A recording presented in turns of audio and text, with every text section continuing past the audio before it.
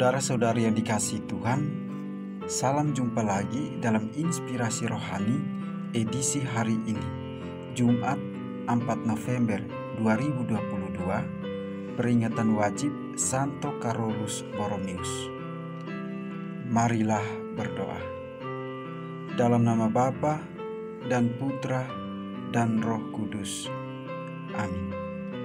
Saudara-saudari yang dikasihi Tuhan, inspirasi rohani hari ini diambil dari Injil Lukas bab 16 ayat 1 sampai dengan 8. Pada suatu ketika berkatalah Yesus kepada murid-muridnya, ada seorang kaya yang mempunyai seorang bendahara. Kepadanya disampaikan tuduhan bahwa bendahara itu menghamburkan miliknya. Lalu ia memanggil bendahara itu dan berkata kepadanya, "Apakah yang kudengar tentang engkau? Berilah pertanggungjawab atas urusanmu, sebab engkau tidak boleh lagi bekerja sebagai bendahara." Kata bendahara itu di dalam hatinya, "Apakah yang harus aku perbuat? Tuanku memecat aku dari jabatanku sebagai bendahara. Mencangkul aku tidak dapat, mengemis aku malu. Aku tahu apa yang akan aku perbuat, supaya apabila aku dipecat dari jabatanku sebagai bendahara, ada orang yang akan menampung aku di rumah mereka." Lalu ia memanggil seorang demi seorang yang berhutang kepada tuannya. Katanya kepada yang pertama, "Berapakah hutangmu kepada tuanku?" Jawab orang itu, 100 tempayan minyak. Lalu katanya kepada orang itu, "Inilah surat hutangmu. Duduklah dan buat surat hutang lain sekarang juga 50 tempayan. Kemudian ia berkata kepada yang kedua, "Dan berapakah hutangmu?" Jawab orang itu, 100 pikul gandum. Katanya kepada orang itu, "Inilah surat hutangmu. Buatlah surat hutang lain 80 pikul." Lalu tuan itu memuji bendahara yang tidak jujur itu, karena ia telah bertindak dengan cerdik. Sebab anak-anak dunia ini lebih cerdik terhadap sesamanya daripada anak-anak terang. Demikianlah sabda Tuhan. Saudara-saudari yang dikasihi Tuhan, dari kisah Injil hari ini kita bisa melihat bahwa harta yang dibebaskan kepada para debitur oleh si bendahara itu sebenarnya bukanlah miliknya, tetapi milik tuannya. Maka bendahara itu tidak merasa rugi atau dirugikan apabila ia memberikan kemurahan kepada para debitur. Sebaliknya, bendahara itu merasa aman dengan caranya memberikan diskon kepada para debitur. Ini penting bagi kedudukannya di masa depan, sehingga dia tidak dipecat atau malah dipermasalahkan di pengadilan.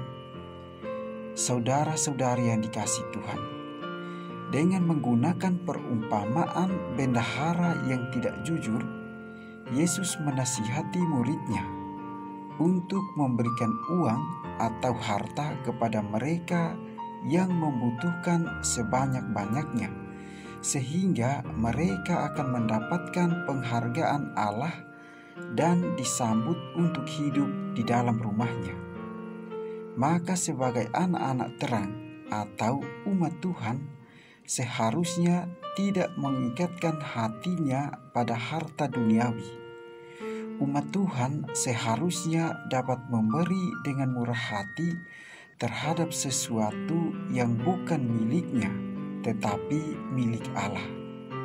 Secara tidak langsung Yesus berkata, bendahara yang tidak jujur itu mengurangi jumlah hutang debitur tuannya dalam rangka penyelamatan diri di masa depan.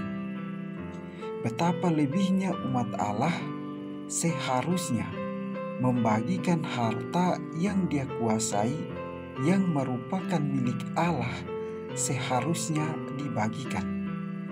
Umat Allah harus menggunakan milik duniawi mereka sebagai investasi rohani, sama seperti orang-orang duniawi menggunakan uang mereka untuk mendapatkan keuntungan material. Waktunya akan tiba di mana uang menjadi sesuatu yang sudah berlalu.